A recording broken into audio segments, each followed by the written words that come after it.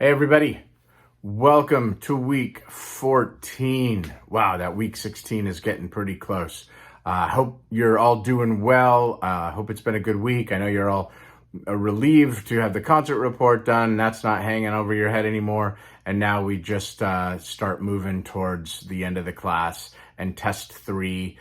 There is one test that is part of your final. It's an assessment test that I'm going to have to be moving up a little bit. I'm not quite sure where that'll be yet. I need to go through. We just got an update from the department that they want things in a little sooner than originally anticipated. So just keep an eye out for that. I'll give you a heads up and let you know when it's there. So as we move into this week, we've come out of punk rock and new wave and all of that. And as I probably mentioned, that's a challenging one for some folks. The progressive rock is challenging for some, and then the punk in particular is challenging for others. And now we're going to shift gears again. So if you think back through the whole class, we started off spending a lot of time on Black music, Black American music, going back to jazz and ragtime and blues and all of that. And then we moved through R&B.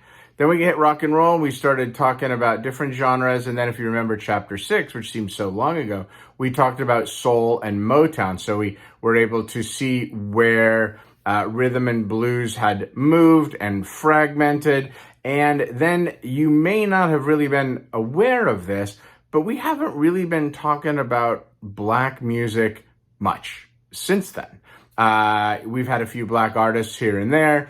We've talked about the band Love, which was a multiracial band. Of course, Jimi Hendrix, one of the great musicians. I wouldn't even say rock musicians of all time.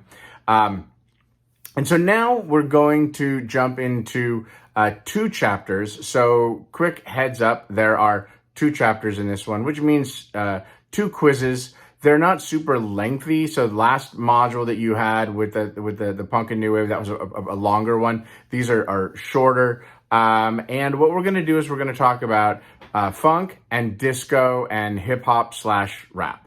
And I'll tell you why I say it that way in a second. And so basically we're jumping back into Black music. And so what happens is we have soul and we have Motown, and they become popular. And then they start to change, largely influenced by the civil rights movement. And even if you think about the changes that went from the Temptations with a song like My Girl, just a couple years later, they're doing Cloud 9, that's talking about inner city life and drugs and absentee father and all that sort of stuff. The subject's getting definitely heavier and more relevant. You also have Marvin Gaye with the amazing and quintessential song What's Going On, that is commenting about the world around it, influenced by what was happening in folk and folk rock, with this idea that you could write these songs that would have meaningful content. So what happens also in the 60s is that we start to have the development of another style of music. So we have soul and Motown. Motown's dance music. Motown's changing in the 60s. Soul is not really dance music. R&B is this thread that comes through, but it comes in and out, changing names.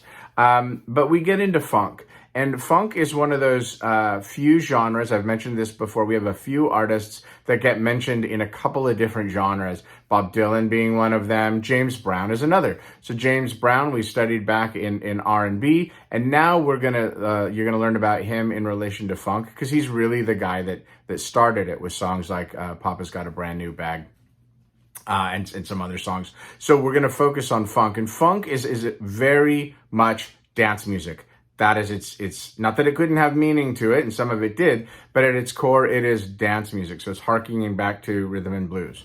And so you have this dance music that's coming out. James Brown gets it going, and, again, nothing exists in a vacuum. And then eventually you get to Sly and the Family Stone, you get to Parliament Funkadelic, and then funk then takes on its own thing. And so here's your question. I'm just thinking about it now off the top of my head. But who is the main person behind Parliament Funkadelic? Okay, so that's my question for you for this week.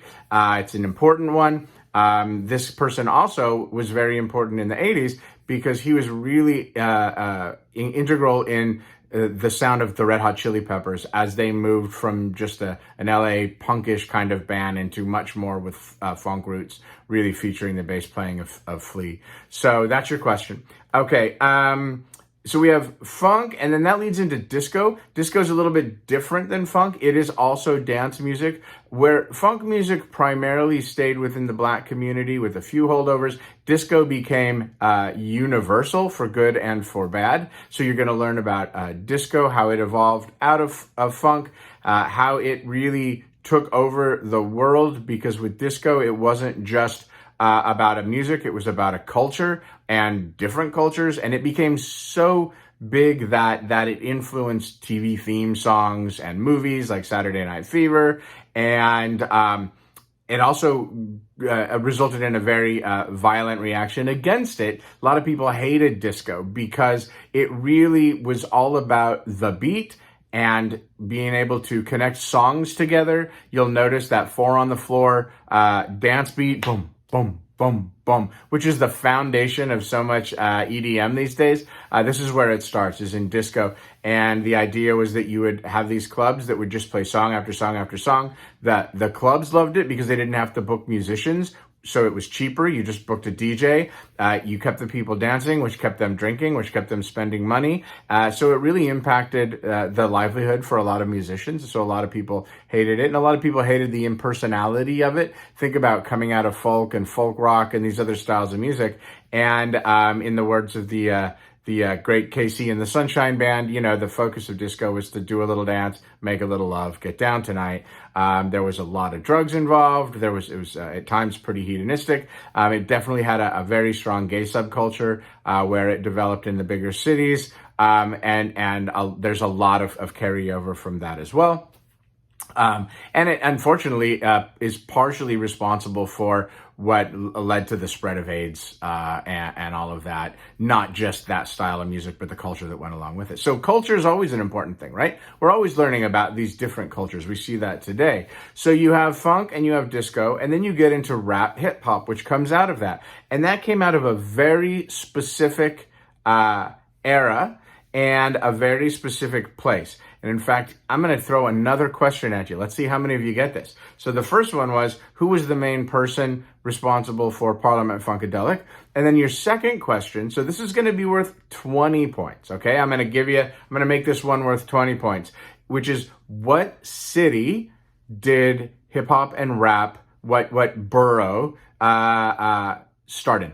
Okay, it is a very specific genre that came from a very specific place. So you're going to learn about the roots of hip hop. And what I want you to understand is that hip hop, the term back then in the day, really was about a culture. It was about a way people danced and a way people, styles of music they listened to, a way that they dressed. It was about tagging. Hip hop is a culture music, a cultural term. Back in the day, it was not a musical style.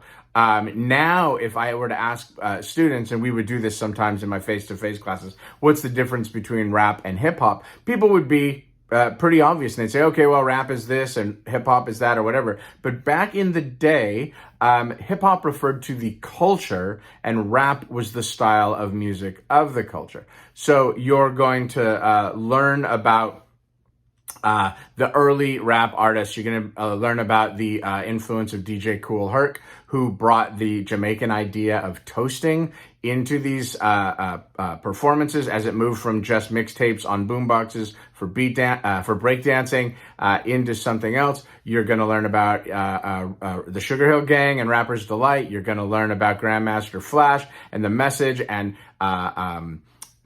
some of these artists that were actually starting to incorporate message. So the attitude of rap back in the early days, in the late 70s and early 80s when it started, was very different than what it is now. And you could think about, well, what are they singing about now? There are definitely some that are still picking up some of the social issues, but like always, the ones that are popular are maybe picking up other things as well. So you're going to learn about that through the early 80s. You're going to learn to get to Run DMC, Kid Frost. You're going to learn about the Beastie Boys, and then we just end it there. Like a lot of these chapters, that's how it works. We get the foundation of it, and that's where we go. So enjoy the material, work hard, read the instructions, read my comments. I'm still getting some of you that are not reading my comments. I put those there for your benefit, not for mine. And I really want you to do well. I want you to finish strong, learn a lot, be thinking about the world around you. Once again, I'm getting assignments where I'll talk about current music and people will say, well, I don't really know about this nowadays. Go look. Find out. It's easier than ever to do. With Spotify, with YouTube, with Google, you can find anything that you want and see what's going on in the scene. Even if you think you don't like it, go check it out. I guarantee you that there is some amazing music being made today. You get a lot of the old guys, my age and whatever, that'll say, nobody's making good music anymore. It's out there. There is good music that is still being made in all genres. And hopefully the idea with this class is that you expand your horizons as well. So that's it. Have a great week and finish strong. Just a few more to go. And we will talk soon. Take care. Bye.